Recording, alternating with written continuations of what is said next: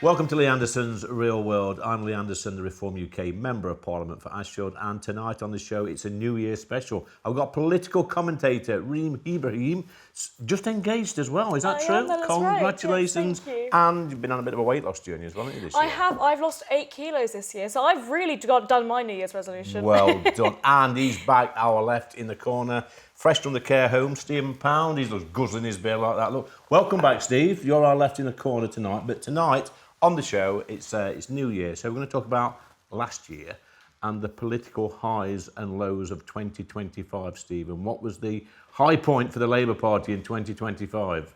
It's a bit chilly today, isn't it? Look, there's only really been one story politically in the last year, and that circulates around reform. I'm not saying that because you're opposite me and you're bigger than me, but it's reform, either the Runcorn by-election, which Reform won a seat from Labour, or the Senedd election in Wales, where people ganged up against Reform. So, in terms of highs for the Labour Party, one word: survival. Survival. It's a bit harsh, isn't it? Is that right, Reem? At least Just it exists. 18 months into a Labour government, survival? It's pretty awful, pretty abysmal. I think some of the most interesting political moments will have to be things like the Chancellor Rachel Reeves crying on camera in the chamber, knowing that the Labour government is falling and they're not able to actually achieve what they wanted to set out in government. The fact that they weren't able to even make very small changes like the £5 billion cut to welfare reform, I think is real proof that actually they don't really have that kind of straight and narrow direction that I think every government should have. My best political moment this year from 2025 has actually been over in South America, in Argentina. So we've seen Javier Milei, the president of Argentina, win landslide victory in the midterm elections this year. And I think the reason why this is so interesting is because he went in with very, very radical, slashing the size of the state, lowering taxes, and inflation's gone down. The economy has done so much better than it had previously done. And I think that it's a really important lesson that actually free market economics, sound ideas can win elections. I think Reform should take a leaf out of Javier Milei's book. But what about the Labour Party, Stephen? Should they take a leaf out of Argentina's new government? I'm sorry. I normally agree with Reem, but I have to say Milei's been an absolute disaster. Inflation's gone through the roof. They've just had a $49 billion loan from America to actually prop them up. The country is in chaos. That's untrue. Inflation has actually been reduced. It's gone down to about 33%. It was over 100%. It was over 100%, and now it's gone down to about 33%. Let the octogenarian in the corner just chip in. He wants to come back at you, Reem. The reason why he won the midterm elections this year, or in 2025, is because, very specifically, he has done a very, very good job on the economy. And I think, quite frankly, what it is proof of is that when a politician comes into government and says, things are really bad. Yes, this country is struggling. Let's be honest here. Things are really bad. We're going to have to cut spending. We're going to have to cut Let's taxes. come back to Stephen, though, Reem. You've had your 10 pence worth, but Stephen, surely there should have been a honeymoon period for about a year to 18 months for the Labour government and Sir Keir Starmer, but there hasn't. Well, you kind of hope that there would be, and I agree. And after 14 years of the previous government, there's an awful lot of tidying up to be done, an awful lot of work to be done. And to a certain extent, we didn't hit the ground running, no question about that. Have they made it worse? Yeah. No, of course we haven't made it worse. We steadied the ship, Lee. Come on, we steadied the ship. This country, look, if you look at the FTSE, you look at the pound against the dollar. I'm sorry. With the exception of unemployment, most of the economic indicators are actually very, very good in this country. Things have gotten so much worse. Yeah, I'm sorry. So much worse. In what area? In absolutely every area. Let's talk about the economy specifically. Go the size of the state is absolutely enormous. We saw tax rises again this year when the government promised we would not see further tax rises. Lo and behold, this is what you get with this kind of government. More tax increases, lower public spending is what we need. And fundamentally, what the government have done is turned this country from bad to worse. Using the internet without a VPN, a virtual private network, is a bit like taking to the road without car insurance. All it takes is one unlucky moment to cost you a lot of cash. This video's sponsor is Private Internet Access. They are the VPN to help keep you safe. Click the link in the description below to find out why over 30 million people have downloaded PIA to protect themselves online. A virtual private network is an app that hides your IP address and helps keep your data private. When you're browsing the internet at home, you give up a large amount of data to businesses, to shops, and indeed to social media giants too. Hackers have the ability to steal your personal data with ease, including sensitive information such as passwords, keystrokes, and even your personal photos. Private internet access helps protect your personal data by encrypting your internet connection to keep your data out of the hands of cyber criminals. And it's not just hackers either to be concerned about. Information can be censored too. When Canada passed their C18 bill, social media giants decided to ban news content on their platforms. But PIA can protect your ability to consume the news and content you love. Private internet access is available for Windows users, Mac OS, Android, Linux, iOS, and you can use one PIA subscription to protect an unlimited amount of devices. And we've got a huge GB News discount for you too. Click the link in this video's description and you'll get a massive 83% off PIA. That's under £2 a month, the price of a coffee, and you'll get an extra 4 months completely free on top. Also, there's a 30-day money-back guarantee too. Visit piavpn.com/GB News to start protecting yourself digitally today. I'm sorry. If you actually have a look at where the state of the country was in before 2024, we are immeasurably better than that. We've actually got GDP growth. We've actually got 0.1%. You know the economy contracted. The economy literally contracted. We went reduced, or shrank by 0.1%.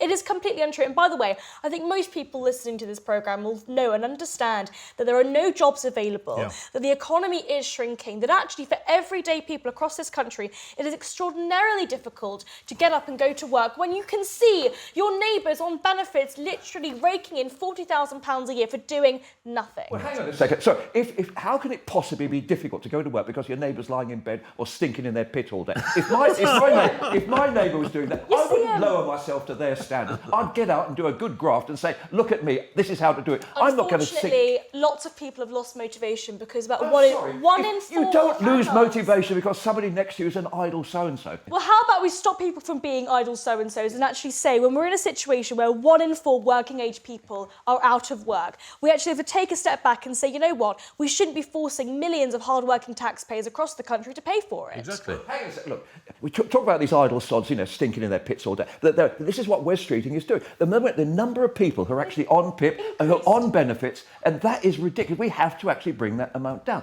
So at the moment, we're going to have more people out of work than more people in work. But more people are now out of work as a result of this government. The increase in employers' national insurance, that is true. I'm sorry, more people are out of work because under the previous government, as you know. Come on, hang on a second, Lee. Let's hear me out on this one.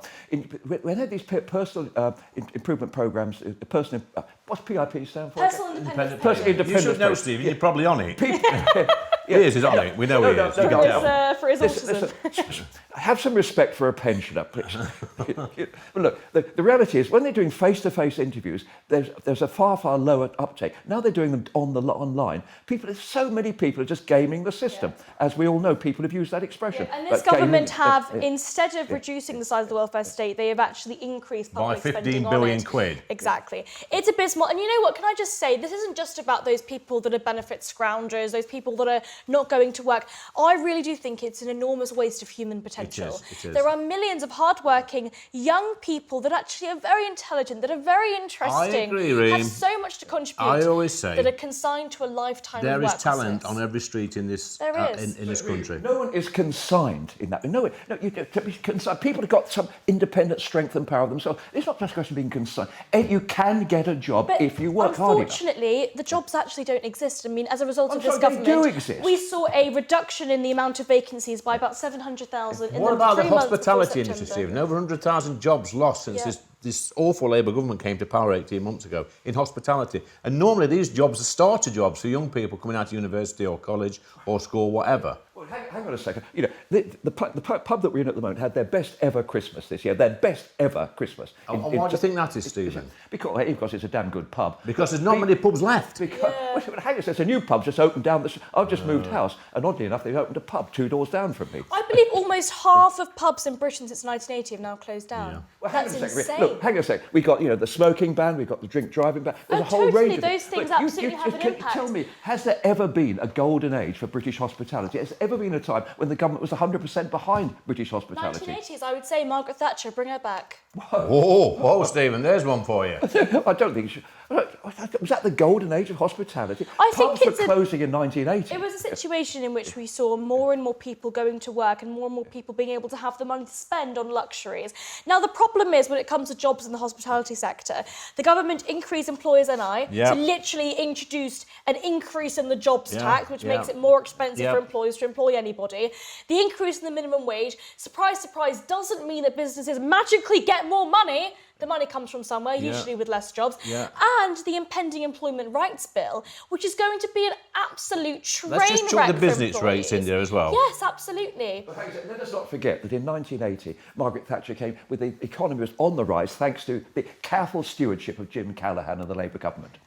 That's completely untrue. I don't think anybody that remembers 1979 views the winter of discontent as... You weren't even a born then, Reem. I I wasn't. can remember that. I No. can remember. And Stephen can definitely remember because he was in his mid-50s then, weren't you? No, I was born in 2002. But look, Stephen, seriously, guys, any high points for this Labour government since they came into power? Well, I think to a certain extent, if you look at You what... talk about steadying the ship because we hear this nonsense yeah. every day, but it's nonsense. Well, no, I mean, I'd like to think that particularly the one real high point is the way Wes Streeting's actually grasped the nettle of the problem with the NHS and the fact that, we've now got more and more appointments, more and more doctors. And, no, we don't. We do. They introduced a £20 million cash injection, which has done nothing. The NHS is a bureaucratic black hole that we continue to funnel more and more taxpayer money into. I don't want to mix the metaphors here, but you can't have a black hole and a nettle, and he's grasping the nettle of the problem with the NHS. He's not, he's just I think for throwing me, more the money high at it. point, He's just Lee, throwing the more high money point at for it. this year for the Labour Party is we've actually accepting with the realisation, the reality of what the economy is, and we're actually getting to grips with it.